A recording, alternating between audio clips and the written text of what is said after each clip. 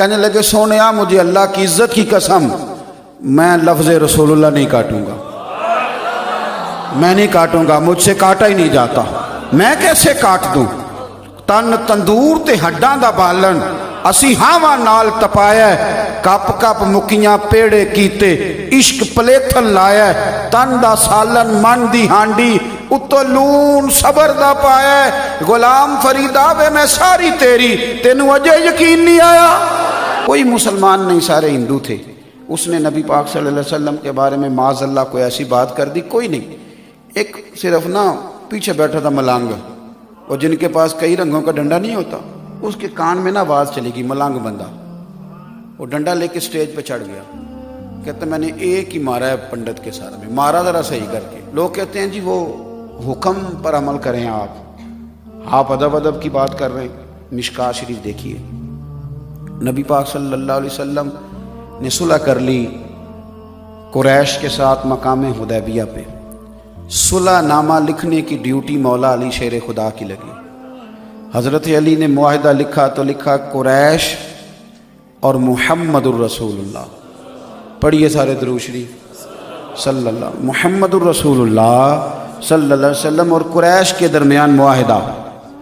جب محمد الرسول اللہ لکھا تو قریش بول پڑے، کہنے لگے جی یہ تو پھر بات بڑی دور چلی گئی، آپ یہاں محمد ابن عبداللہ لکھیں، اگر ہم آپ کو رسول اللہ مان لیں معاذ اللہ تو پھر تو جھگڑا ہی ختم ہو گیا، یہی تو مسئلہ ہے ہمارا، آپ محمد ابن عبداللہ لکھیں۔ حضور محمد ابن عبداللہ ہیں کہ نہیں؟ تو حضور نے فرمایا علی دونوں میری شانیں ہیں، تو اس طرح کر رسول اللہ کاٹ کے نا تو ابن عبداللہ لکھ دے۔ حکم ماننا چاہیے تھا نا، ہاں نہ تو کرو نا۔ اللہ کرے آپ کو سمجھ آئے، اللہ کرے۔ میں نے کہا میں عقل مندوں کو سمجھانے لگا ہوں، او بھائی حضور کا حکم ہے کہ رسول اللہ کاٹ کے نا تو محمد ابن عبداللہ لکھو، حکم دیا، حضرت علی چپ کر گئے۔ حضور نے پھر کہا علی کاٹ دو، علی چپ کر گئے۔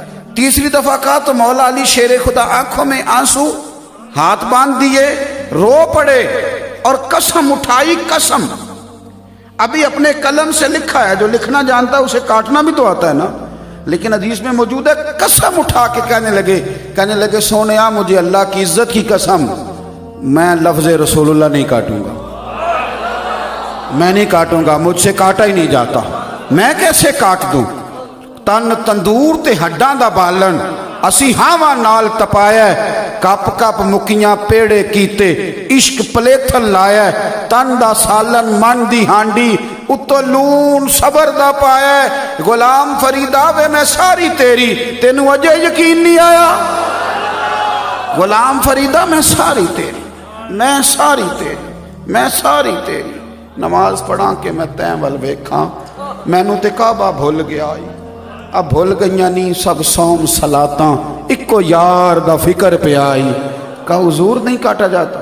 نبی پاک صلی اللہ علیہ وسلم بھی تھے، صحابہ بھی تھے، کسی نے نہیں کہا کہ لکھا جاتا ہے تو کاٹا کیوں نہیں جاتا؟ وہ سمجھتے تھے عقل کی بولی اور ہوتی ہے، ادب کی بولی اور ہوتی۔ حضرت سیدنا علی المرتضیٰ نے قسم اٹھا کے کہا حضور نہیں کاٹ سکتا، تو نبی پاک نے فرمایا قلم دو، خود میرے نبی پاک نے کاٹ دیا۔ آپ تھوڑا سا نا تقاضے۔ اور ایک بات اور، یہ میں دیکھیں میں نے کہا میں عقل مندوں کو دعوت دے رہا ہوں، ایک دعوت اور دیتا ہوں جو اس رستے کے مسافر نہیں، یہ جو ہمیں کہانیاں سناتے ہیں نا، کہتے ہیں آپ شدت پسند ہو، اس رستے کے مسافر ہی نہیں، انہیں کیا پتا ہو؟ جب تک بیٹا نہیں ہوتا تو بیٹے کے پیار کا بھی نہیں پتا ہوتا، اور بیٹے کی بڑی سخت شکایت آ جائے نا، سارا محلہ کہے کہ تیرے بیٹے نے بڑا ظلم کیا، آج بہت بڑی غلطی کی ہے، تو ابا پتہ کیا کرتا ہے؟ 2 تھپڑ مار دیتا ہے غصے میں۔ لیکن یہ وہ ابا ہے جو ساری زندگی لڑتا رہا، لڑاکا تھا، مثال دے رہا ہوں، لیکن آج جب اپنے بیٹے کو 2 تھپڑ مارے تو ساتھ والے کمرے میں جا کے رو پڑا۔ تو اب کسی نے پوچھا اب کیوں رویا ہے؟ تو روز گلی میں لڑتا تھا۔ تو کہنے لگا پہلے غیروں سے لڑتا تھا، یہ میرا پتر ہے نا، اسے تھپڑ لگے ہیں تو میرے دل کو تکلیف، اگرچہ غلطی پہ مارا ہے، یہ پیار ہے۔ اور جب تک پیار نہیں ہوتا تب تک کہانیاں ہوتی ہیں، اور جب پیار ہو جائے تو پھر کہانیاں ختم۔ میرے سامنے ایک سنگی اپنے پیر صاحب کے ہاتھ چومے جا رہا تھا، ایک میرے کول بیٹھا کہ ویکھو انہاں بندیاں دے کام، میں کہ وہ بھی ٹھیک ہے تم بھی ٹھیک ہے، نہیں سمجھ رہی آپ کو بات کی؟ ہنسنا نہیں مسجد میں اونچا، وہ بھی ٹھیک ہے تھے کہ پیر صاحب یہ کس طرح؟ میں کیا وہ جتھے وہ پہنچ گیا نا وہ ٹھیک پہ کرتا ہے تو چونکہ اس رستے دا مسافر ہی نہیں تینوں پتہ بھی نہیں. ہاں اس نے کہا تھا عشق ایک ڈھونگ ہے، اور میں نے کہا تجھے عشق ہو خدا کرے، پھر کوئی تجھے اس سے جدا کرے، پھر تو گلی گلی پھرا کرے، تو اسے تسبیحوں پہ پڑا کرے، تو اسی کا نام جپا کرے، تو اسی کا نام جپا کرے، تو اسی کا نام جپا کرے، پھر میں کہوں کہ عشق ایک ڈھونگ ہے اور تو نہیں نہیں کہا کرے. یہ تو تب پتہ چلے گا نا جب میدان. اور سنو ہمارا تو میں نے کہا جو بے عمل لڑکا ہے وہ بھی مصطفیٰ سے پیار کھول کے کرتا ہے. امیر ملت پیر جماعت علی شاہ صاحب کہتے ہیں کہ جگہ ہندوؤں کا جلسہ تھا، پنڈت تقریر کر رہا تھا، کوئی مسلمان نہیں، سارے ہندو تھے. اس نے نبی پاک صلی اللہ علیہ وسلم کے بارے میں معاذ اللہ کوئی ایسی بات کر دی، کوئی نہیں، ایک صرف نا پیچھے بیٹھا تھا ملانگ، اور جن کے پاس کئی رنگوں کا ڈنڈا نہیں ہوتا. تو انہوں بھی پتہ ہے کہ نہیں؟ تسی ایسا شہر چ رہندے ہو نا، بھی تگڑے شہر چ میں پینڈو ہاں، اور کئی رنگوں کا ڈنڈا ہوتا ہے. اسی انہوں پنجابی چ متحر کہنے ہیں، آپ لوگ پتہ نہیں کیا کہتے ہیں. تو وہ اس کے پاس کئی رنگوں کا ڈنڈا تھا، پیچھے بیٹھا تھا وہ، اس کے کان میں نا آواز چلے گی، ملانگ بندہ، وہ ڈنڈا لے کے سٹیج پہ چڑھ گیا، کہتا میں نے ایک ہی مارا ہے پنڈت کے سر میں، مارا ذرا صحیح کر کے. ڈھیر ہو گیا پنڈت، گرفتار کر کے لے گئے جیل میں. امیر ملت پیر جماعت علی شاہ صاحب کہتے ہیں میں ملنے گیا، میں نے جا کے کہا نہ تو نماز پڑھے، نہ تو نے داڑھی رکھی، نہ تو مسجد آ، کام بڑا کمال کیا ہے. تو پیر صاحب کہتے ہیں رو پڑا. پنجابی میں کہنے لگا حضور مینوں تے تواڈے نال بھی گل کرن دے آداب نہیں آوندے، دعا کرو نا میں مسیح تے جاواں، دعا کرو نا میں نماز پڑھاں، پر سونیا میں گناہگار ہاں، اپنے نبی دا غدار تے نہیں.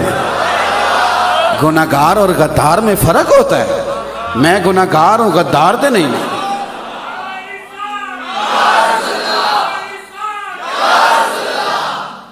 تو یہ جو ہمیں ماشاء اللہ ماشاء اللہ،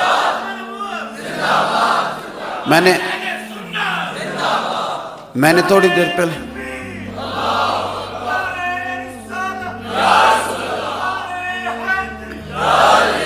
میں نے تھوڑی دیر پہلے بھی ایک جگہ پہ کہا، پھر کہتا ہوں کہ رسول اللہ صلی اللہ تعالی وسلم کی بے ادبی ناقابل برداشت ہے، ناقابل برداشت.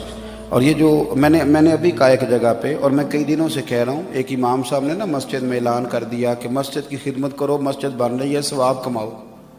تو محلے کا سب سے امیر آدمی جھاڑو لے کے چلا گیا، صفائی شروع کر دی. ہم نے کہا یہ کیا کر رہے ہو؟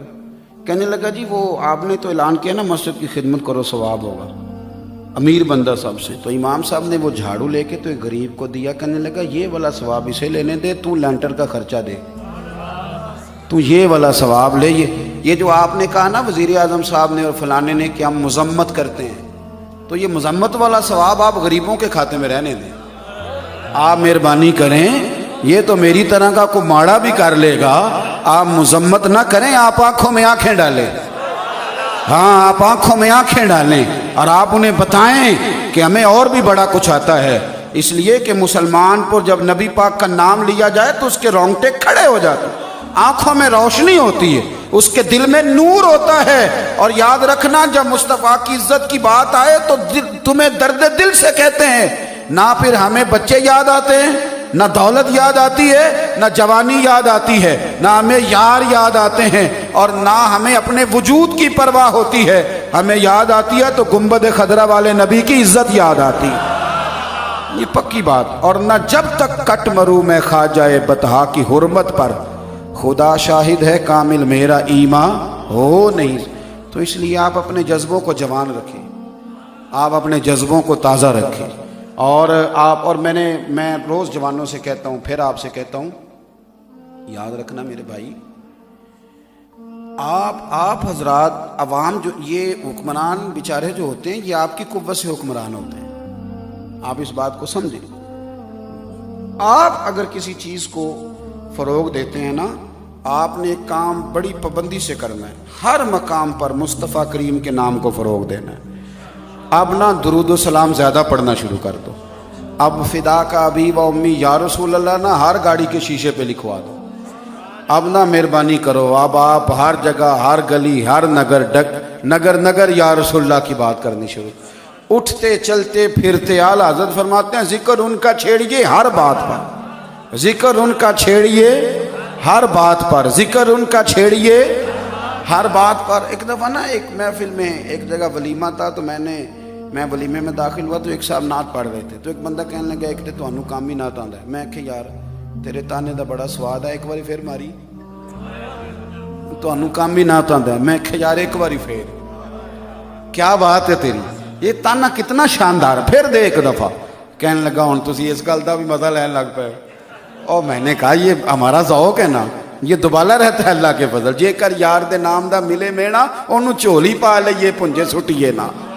اور میں نے کہا بڑا مزہ آیا تیری بات کا، پھر کہہ ذرا ایک دفعہ کہ تو انہوں کام ہی نہ آتا ہے۔ اللہ کا شکر ہے آج بھی لوگ ہمیں یہی کہتے ہیں، اور مجھے امید ہے کہ صبح قیامت بھی یہی گواہی ملے گی کہ یہ نعتوں والے ہیں، یہ حضور کی درود و سلام والے ہیں، یہ ذائقوں والے ہیں۔ لیکن ایک بات یہ ہے کہ بات میری مکمل ہو گئی، ایک بات یہ ہے کہ جو ہوتا ہے نا محب، اس کے طور طریقے بتاتے ہیں کہ اس کا محبوب کون ہے۔ میری بات کی سمجھ آ رہی؟ جلوہ نا مطلب آپ اگر سیب توڑ کے لائیں گے تو پتہ چل جائے گا کہ یہ انار کے درخت سے نہیں ٹوٹا، یہ سیب کے درخت سے ہی ٹوٹا ہے۔ اگر آپ کی وضاحت بھی نبی پاک جیسی ہو، اٹھنا بیٹھنا کھانا پینا چلنا پھرنا، پتہ کیا ہے عمل کے معاملے میں ہم بڑے کمزور ہوتے جا رہے ہیں، اور اس کمزوری نے ہمارا نقصان کیا ہے۔